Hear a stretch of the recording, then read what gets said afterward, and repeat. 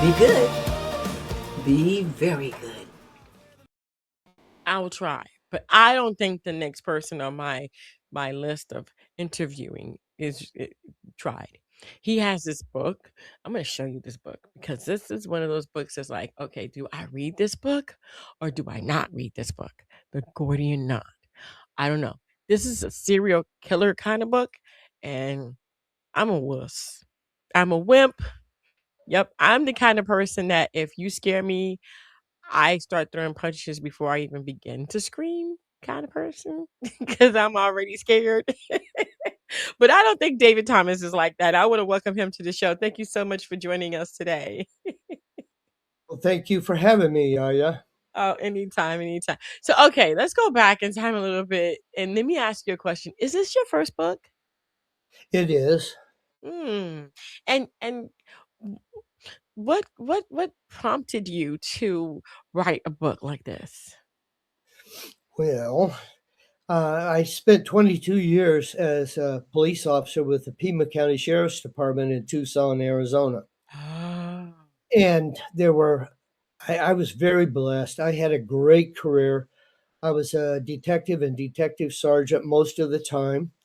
Had wonderful assignments, a lot of interesting assignments. And at the end of it, I started to reflect on that 22 years. Mm, And it occurred to me that there were things that had occurred that were troubling me about the criminal justice system. mhm. And at that time, I wanted to write fiction and try to put some of my observations into that book, the problems that arose from my perspective as a Mhm. detective. That's crazy, you know that, right? Like, a detective gets into things that most regular police officers don't get into, like the crime scene and the research and all of the clues. It's like, what was that like? I mean, to write the book, did it take you back to those days where you were doing a specific crime? Oh, yes, absolutely, particularly the homicide assignments. Mm, mm. To me, that must have been, I don't know. I don't let me dictate what this is to you. But to me, if I had to go through that, it would be traumatizing to see someone whose life had been cut short because of a homicide. So how did that affect you? And then how did that affect your writing? Well, it does affect the officer, the detective. And one of the things that I noticed, it's loosely kind of based on my own experiences. Mhm. And there was a time when I was a rookie and I was very eager and getting into the job. Then there was a time after many years of many bodies and a lot of tragedy that it was taking its toll. And one of the common things that happens with detectives is failed marriages and substance abuse, particularly alcoholism. And Mm, I wanted to make sure in this book that I put that aspect of what it was like to be a police officer and to deal with this on a daily basis and mm. what toll it takes on the officer and his family. Yeah. I mean, because you have to spend a lot of time trying to solve these cases. Was there Yeah, ever a case that you could not solve to this day? well, yes. Actually, my last one. Mm. That was real quickly. It was just that Yeah. some people were in the desert near uh, the uh, landfill, and they had a metal detector, and they were looking for treasure out in the desert, and they came across a pile of degraded sheetrock. When they dug into it, they found a skeleton, fully skeletonized. And of course, at that time, I was thinking, what am I going to do with this? And it occurred to me that the best way to approach it was to call the University of Arizona to the human identification section, and I got the grad students and the head of that unit to come out and actually do like a dig, archaeological dig to Mm-hmm. recover the skeleton. They was not able to determine anything about the person's race, his identity, or anything, just that it was a male. And so that case is one that was just never solved. There are some cases that I don't believe anyone can solve. Really. They're so dead that they're dead. Exactly. And it's just sad. It's just sad. I mean, but then you wrote about this book. What percentage of recollection did you have to kind of put yourself into to write this book? Well, the recollection part was just putting myself in, remembering what it was like to arrive at a scene, what death scenes were like, and I created fictional scenes. Mm-hmm. And and also um, from uh, from a detective's perspective, also the recollections of the other people involved in the case, from the medical examiner to the forensic people that come out and take the photos of the evidence, all people involved. And of course, also the interaction with the press and also with command staff. Mm-hmm. And so I took the memories of the experiences I had, but then I created a totally fictional account about them. Wow. Wow. So your book, okay, The Gordian Knot. I mean, me personally, I'm trying to figure out why the Gordian Knot? Why the title? Okay. Well, when I was younger, I had a period in my life where I was interested in Greek mythology. Mm, And one of the myths that captured my attention was the myth of the Gordian knot. mm. Pardon me here. No, it's okay. Go ahead. And it's basically a story about uh, a man who solved a very difficult problem. His task was to try to untie the Gordian knot, and no one had been able to untie it. And Mm, his solution was to take his sword and cut through it. And so the whole moral of that story is to take quick, decisive action uh, to solve a difficult problem. And wow. in this book, the detectives have to more or less stray from normal procedures and um, outside of the directions from their superiors to get to the bottom of it and solve it. Wow. You know, being a detective, you, not me. I'm not a detective. Nowhere near it. But you being a detective and writing a book about being a detective, how familiar was that to you and how easy was that for you to actually get through this book? Well, it was difficult in some ways. For instance, in my career, I only had experience in with one case that involved what I would consider to be a serial killer. Mm, Just real quickly, Yaya, to clarify what I mean by that, there are basically three types of mass killers. You have the spree killer, you have a mass killer, and you have the serial killer. The mass killer would be somebody like the individual who uh, bombed the facility in Oklahoma and killed all those people in one act. Terrorists are into that.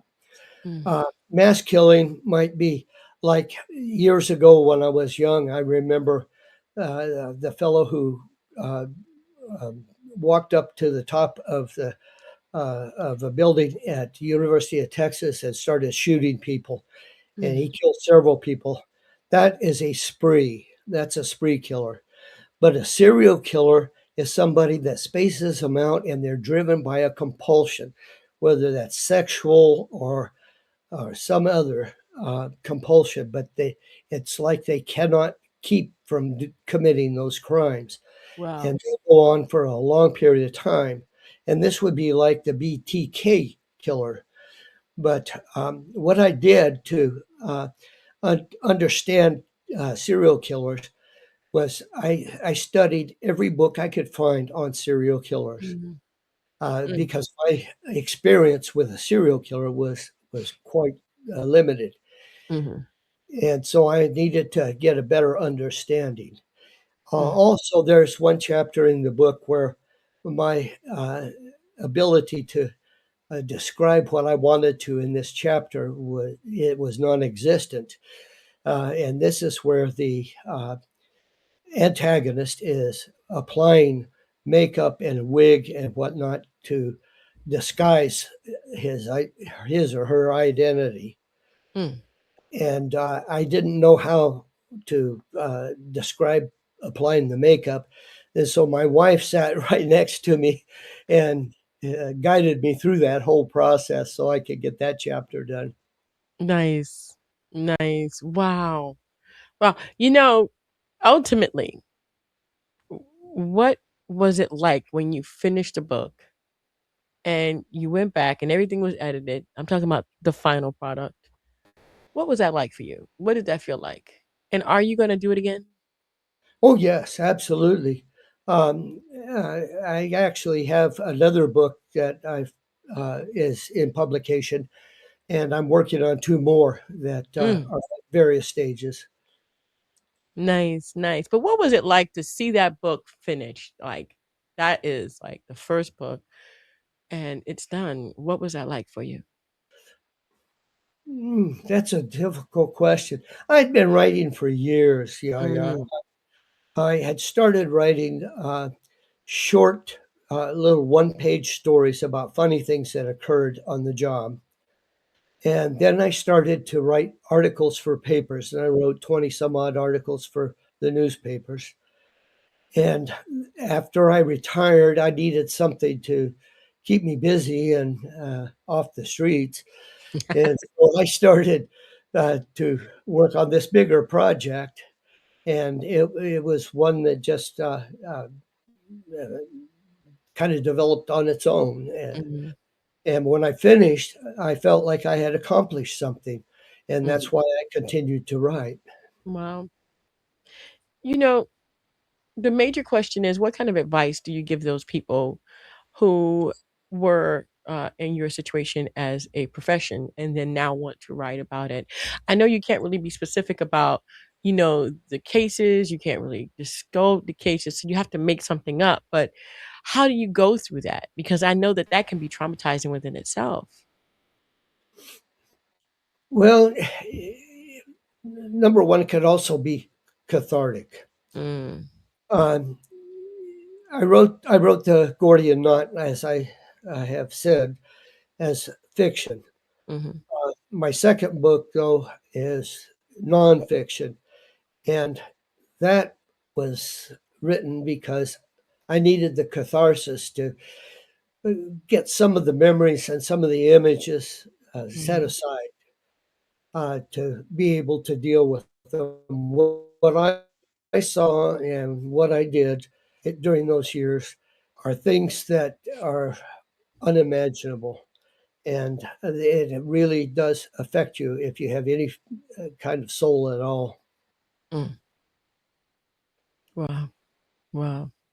Well, I'm glad that you're not doing it anymore. I'm also happy that maybe in some sort of a way that this has helped you to get through what you went through in your profession. And I want to thank you for your service because I mean, you put yourself through this to help others. And now you can write a fiction book, but still something to kind of along the lines of what you were doing in your profession. But is it scary? That's what I wanna know. I wanna know if it's scary. Well, as a detective, it's not necessarily scary because as a detective, you're showing up after the fact Mm. And as you conduct your investigation, you're pretty much in control of all the situations. It's Mm-hmm. not like being in uniform patrol. I did that for a couple of years of my career, but in uniform patrol, when you're given a call, you don't know what you're walking into. Those are the dangerous situations, and that's scary. Yeah. I would say that being a detective is not so much scary as it is uh, just sad. It's difficult when you have to attend someone's death, a terrible tragedy, and try to figure out what happened, starting from the incident and working backward. Mm-hmm. Wow. Well, I want to thank you, Mr. Thomas, for being on the show. I appreciate it. It has been such a pleasure having you here. And again, thank you for your service. We're going to go ahead. And if you're looking in the corner over there, you have the QR code. You can check out that book.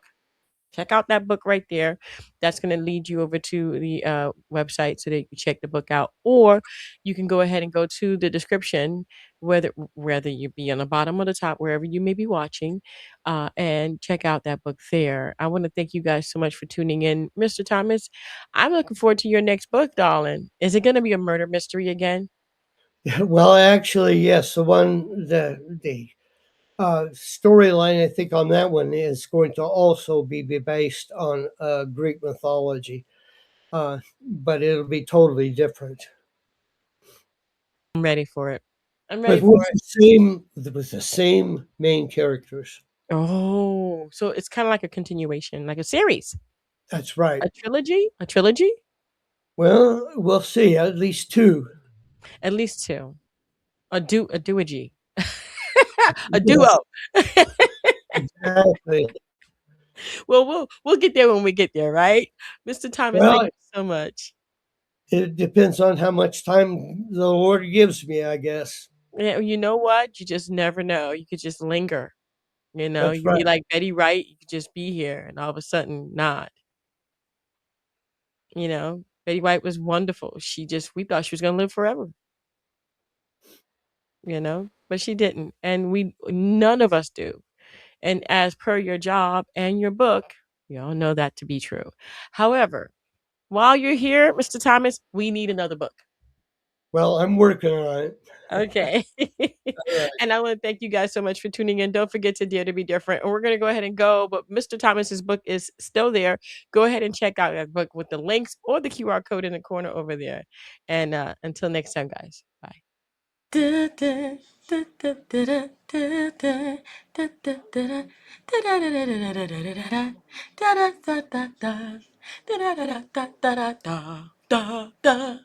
Thank you for watching.